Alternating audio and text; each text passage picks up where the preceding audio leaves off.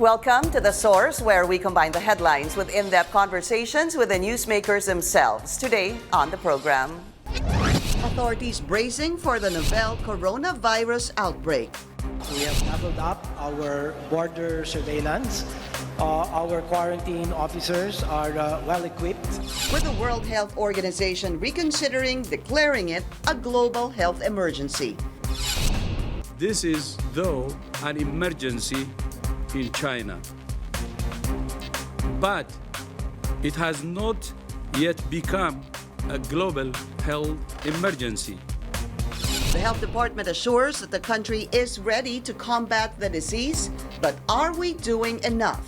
If we do this, then the concerned country, and China in this case, might question why we're not doing the same for all the other countries. And later, sex trafficking on the rise. Sa WeChat, pati pa sa Telegram, ay ina-advertise yung products and services as if commodities lang ang babae. And then the influx of POGO industries in the country. Senator Risa Hontiveros joins us live.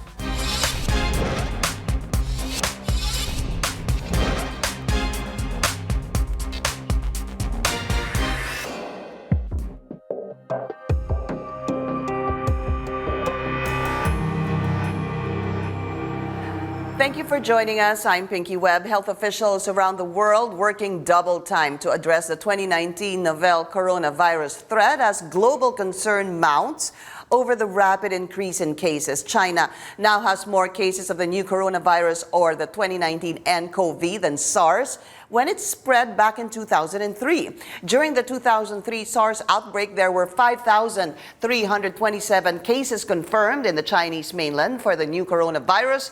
It took only less than 2 months for it to infect 7,000 people in the same area. But Philippine health officials say we are ready should the deadly virus enter the country. Let's go straight to the source of the story. We have Senator Risa Hontiveros. Senator, good to see you again. Welcome to the show. Thank you. So we're lucky.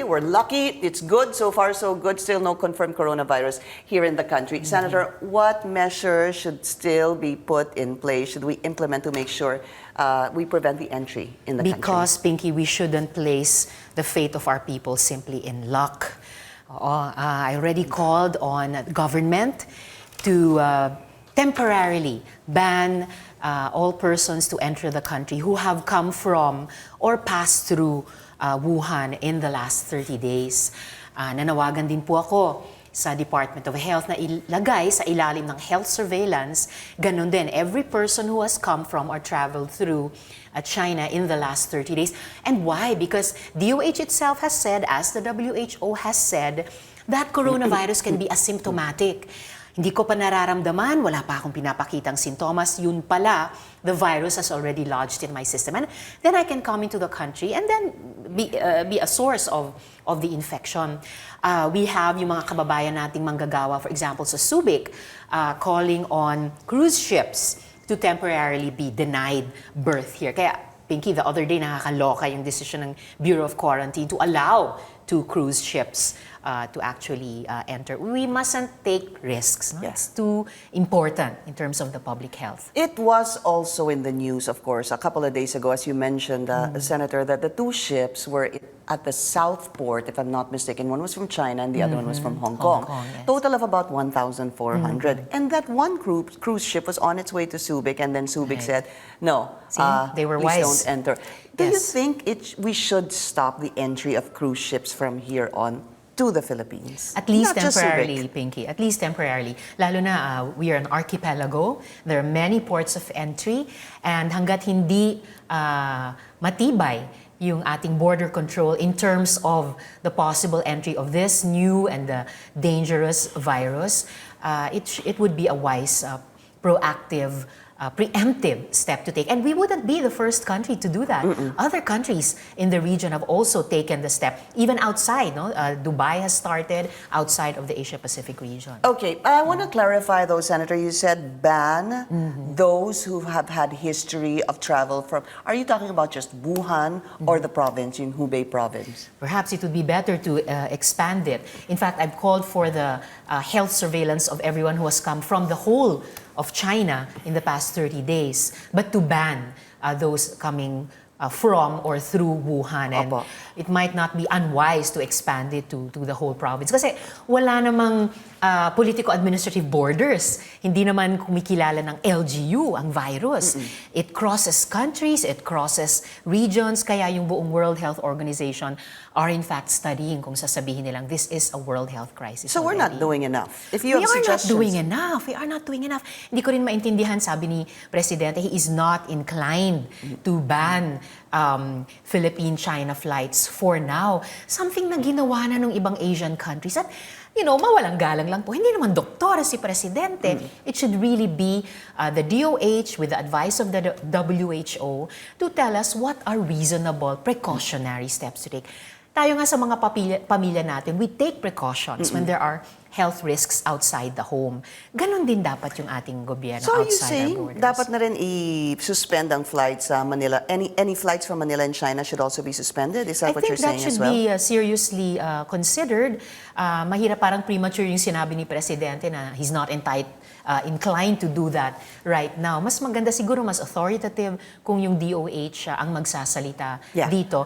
And just to increase the public confidence that we are doing enough to prepare if and when the virus enters. But there was a question hour yesterday at the House of Representatives, and I think it was a former senator, now Congresswoman Lauren Legarda, who asked DOH Secretary Duque, dapat bang posibleng iban na yung mga pumupunta dito na Chinese tourists to the country? Let's listen to that particular exchange between Congresswoman Lauren Legarda and Secretary Duque. Would it not be more efficient that we simply just say no for the meantime until the situation has been contained in mainland China? And certainly that's one of the possible options that we are looking at, but not at this very moment. If we do this, then the concerned country, and China in this case, might question why we're not doing the same for all the other countries that have reported confirmed cases of the novel coronavirus. As I have said, we have scaled up, we have leveled up our border surveillance. Our quarantine officers are well equipped. Is not inclined to do that right now, Senator? Well, Or to it was the recommend DOH also who warned us that coronavirus can be asymptomatic at Right. mahaba yung incubation period niyan. So when will those warnings from the department intersect with the department's also readiness to take action in terms of firmer travel restrictions or regulations? Since DOH was early on warning us, sana hindi sila mahuli in taking necessary steps in this aspect. Senator Risa Hontiveros is talking about the incubation period na una sinasabi 3 to 5 days. And the latest, is it from 2 days to 2 weeks? Right. To 14 days. Right. It Nag-iiba seems to eh. be a very versatile virus. Bago Yeah. pa lang siyang kinikilala ng mga doktor natin dito sa Pilipinas, even all over the world.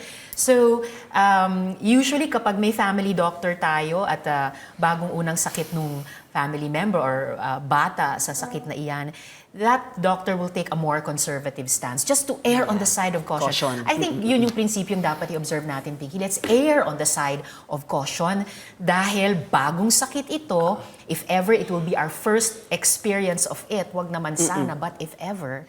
So, mas mabuti na yung maingat, di ba, kaysa sa careless. So, but they're not recommending that right now. The Secretary Duque is saying not for now, baka daw, magtaka din daw yung ibang mga countries na merong infection. Let's look at the graphics that we have so far on this. There's about 6,000 plus infections, pero ang pinakamatindi, of course, is still in China. Mainland China has more than 7,000 right now. Yan po yung infected. In Thailand, Senator, 14 na. Hong Kong is 10, and Taiwan and Japan 8. I guess that's what the secretary is saying. Congresswoman Legarda saying, maybe it might be wise na wag muna sila papasukin. Pero sabi niya, paano naman daw ibang mga bansa? Baka daw magtanong.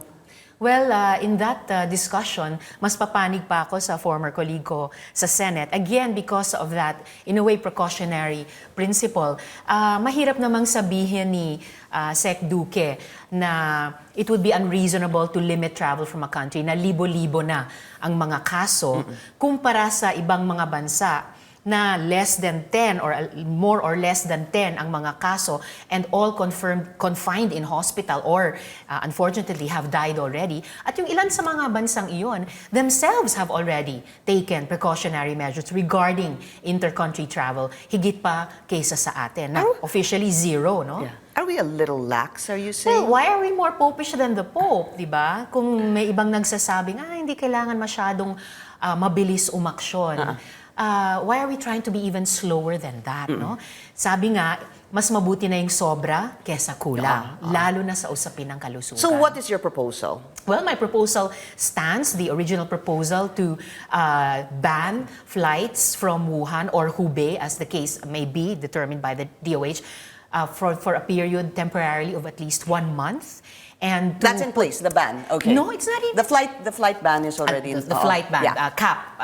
CAP instituted that. And then to put under health surveillance for at least 30 days, lahat ng mga galing or dumaan doon sa Wuhan. Lahat ng Hubei. dumaan. Basta may history ng travel Yes. sa Wuhan, Yes. i-health surveillance yon Yes. ng third... Ng DOH. Ng DOH. Yes. For what? For at least 30 days. So, paano kaya yan, Senator? How do you health surveillance them for 30 days? Where do you bring them? Are they going to be in... Well, right now, the idea would be they're still free to go around, to conduct their itinerary as they had planned. Pero probably DOH could set the protocol na magpa-check up ba sila every week or to firmly request or require them kapag maramdaman mo yung ganito o ganyang sintomas, yung irritation sa throat, yung fever, feeling of malaise, flu-like symptoms, kumbaga, you must report. Okay. No? You must report But to the should we DOH. ban the entry of Chinese tourists who have had history sa Wuhan Why of not? travel? Why not? We At should. least temporarily, at least for 30 days. Okay. Habang makapag-official conclusion na ang WHO, is this a global health crisis? Kasi kapag nasabi na nila yon, then they will be proposing to countries at large what are the precautionary steps we must take to help each other over the whole planet Yeah. contain this virus. But should we ban Chinese tourists in general na wala naman sabihin nating history of travel to Wuhan? Is that something That's you're not proposing yet a as well? proposal Okay. I'm making All right. right now, unless it's known in their travel history that they recently passed through Wuhan or they passed through it nung umusbong na yung Right. coronavirus. Basta may Yes. travel history sila doon. Pero ang sinasabi niyo din po, Senator, ban muna yung mga cruise ships from China entering the Yan, country. sinusuportahan Okay. din ng mga manggagawa sa Subic. All right, we'll be taking a short break. Coming up, the rise of prostitution dens due to the influx of POGO hubs in the country. Senator Risa Hontiveros tells us more after the break. This is The Source on CNN Philippines. Please stay tuned. You're watching The Source on CNN Philippines. Our guest today is Senator Risa Hontiveros. Before we go to the sex dens, Senator, what's your proposal? Tama ho bang pauwiin yung mga Pilipinong gusto nang umuwi mula sa Wuhan dito po sa Pilipinas? Unfortunately, kung yung mga kababayan natin galing dun sa epicenter ng coronavirus outbreak, baka masasubject din sila sa health protocols ng DOH, what I'm proposing about health surveillance, no, at the very least. Pero at the very least din, at doon naman nakalaan yung mga embassies and the consulates natin abroad, we really have to take care of the health of our OFWs. Kung nasa Wuhan yung isang kababayan natin at na-infect, dapat extend sa kanya the full range of known medical assistance, care, treatment for this novel coronavirus. Once na nagwagi na yung world scientists in the race to develop a vaccine against the Wuhan coronavirus, lahat ng mga kababayan natin sa Wuhan or sa Hubei province na malusog pa ay dapat mabigyan din ng access sa vaccine na iyan. Pero yung mga gustong umuwi, is it a good idea to have them come home? There will be ano naman daw po a period na they will be, I don't know if it's isolated, but they will be, I think it's a 14-day period for them kapag umubalik So sila some kind dito. of health surveillance Yes, then, in a sense. oo. Nandun sila sa kalinga ng Department of Health. Then as long as such protocols are made available for them, then siguro maluwag ng loob makakauwi, mas malapit sa pamilya nila, pero may assurance na sa tulong ng Department of Health, ng mga doktor natin, ay hindi sila posible makahahawa sa kanilang mga mahal sa buhay. Switching topics right now, let's talk about what was discussed very recently at the Senate. You brought this up. And also the NBI, the National Bureau of Investigation, is actually saying they said that the prostitution in the country is thriving because of the POGO industry. Tell us what you know, Senator.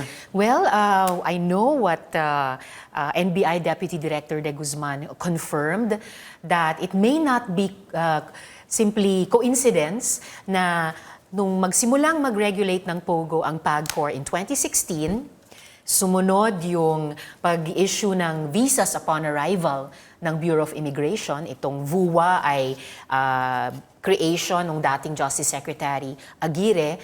And originally, that VUA was a legitimate entry document para daw sa mga turista, negosyante, athletes, mga delegado.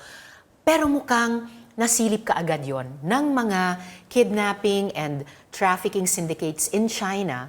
And kasama ng mga kasabwat nila dito, or those same syndicates operating here in prostitution, inabuso nila yung VUA.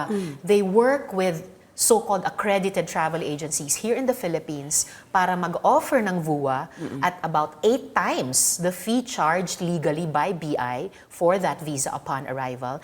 Ito ng VUA ang naging document of choice both ng mga illegal POGO workers at ng mga trafficked and prostituted women But if from that China. is so, Senator, why isn't the BI looking into this? And Exactly. if travel agencies are charging 7 times more than them, there's actually loss of income To the government. Correct. because of that. So what are they Correct. doing about that? So why didn't they act earlier? Baka dahil merong maraming anecdotal evidence na posibleng, or may mga kasabwat daw na mga kawani sa loob ng bureau.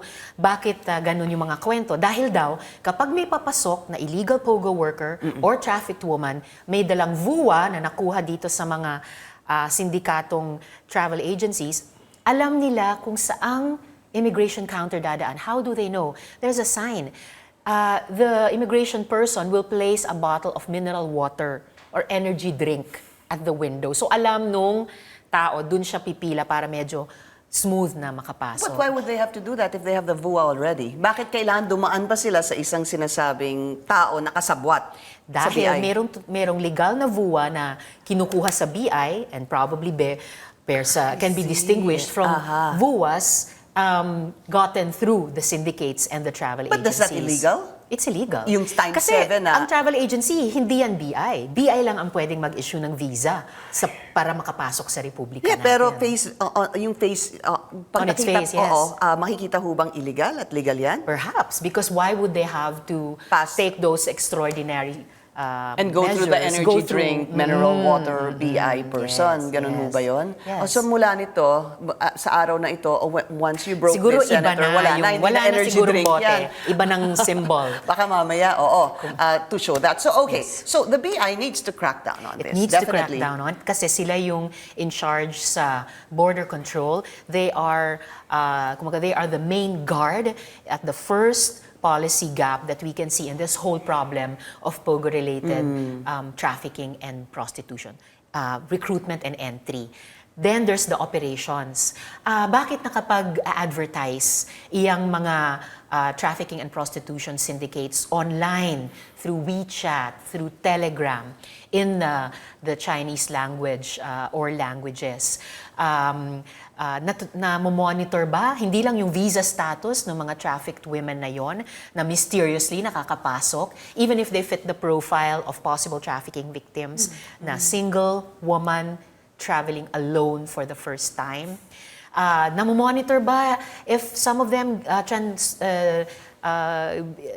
get sexually transmitted diseases, if any of them get pregnant?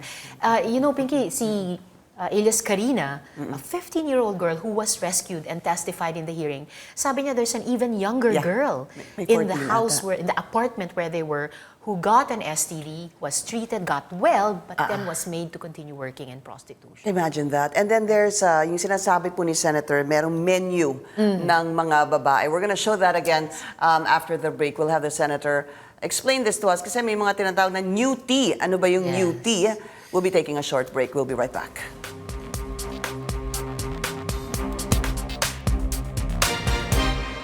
You're watching The Source on CNN Philippines. Our guest today is Senator Risa Hontiveros. She already showed this at the Senate.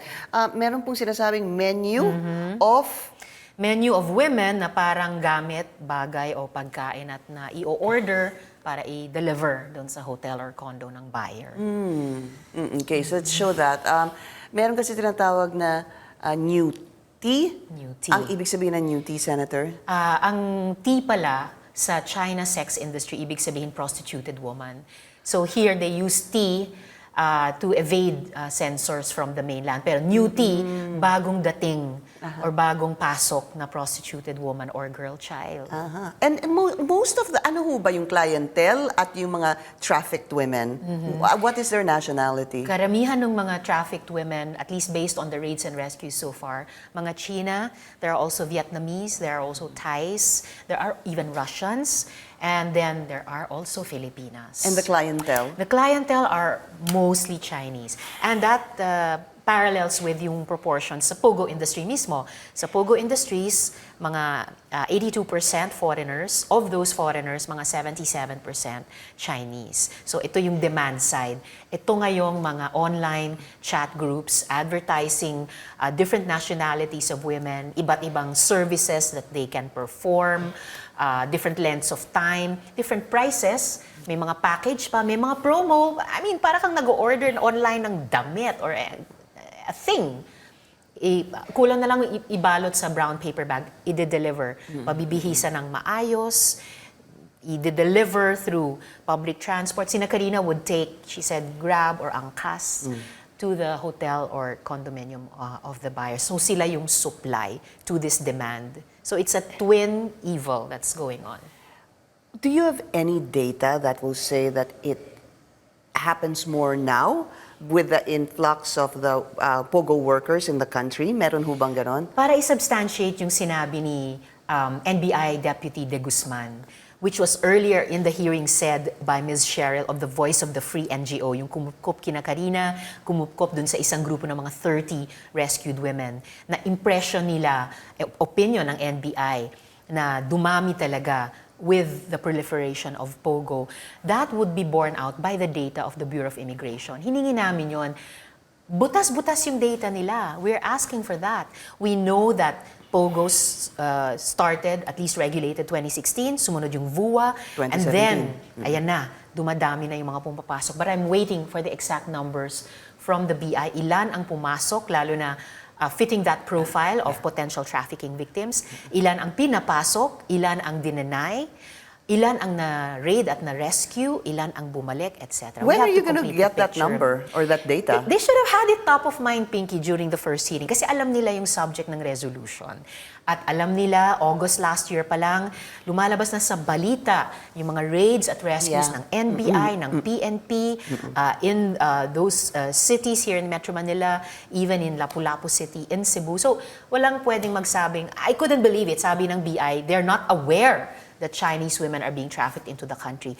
It would seem everyone else is aware rather than except them. Imposible, di ba? So I'm waiting for those numbers from them so that in the second hearing we can complete the picture, yung trafficking and prostitution as an industry and as a business alongside yung POGO industry. Let's do a cost-benefit analysis. So ano ang pwedeng gawin? What are the possible solutions? Immediately, and that's the reason we're going to invite the Chinese embassy to attend the second hearing. Kasi ang lament ng NBI, nung una silang humingi ng tulong sa embassy, parang walang oras daw, wala pang reply. So we will invite them to come. After all, the majority of rescued women are their nationals. And they certainly have an obligation to them, as we do too, dahil dito sila sa ating bansa. We will invite the travel agencies para makita sino ba sa inyo ang nag-i-issue ng VUA na yan. And it turns out to these illegal POGO workers and trafficked women, ano accountability nila. We will also invite the hotels. Dahil may mga mukhang nagiging suki na mga hotel or condo buildings and other buildings, may accountability yung mga owners at management dyan. And these will lead to the longer-term recommendations on recruitment and entry, So primarily addressed to the BI, on operations addressed to them, at saka yung law enforcement agencies natin, NBI, PNP, and our local government units.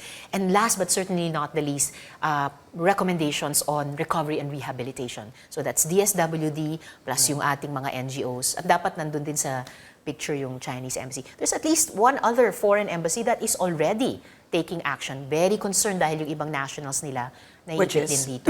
I'm trying to remember now which one it is, but there's at least one more. But what is to do with with the POGO industry? Should there be strict monitoring?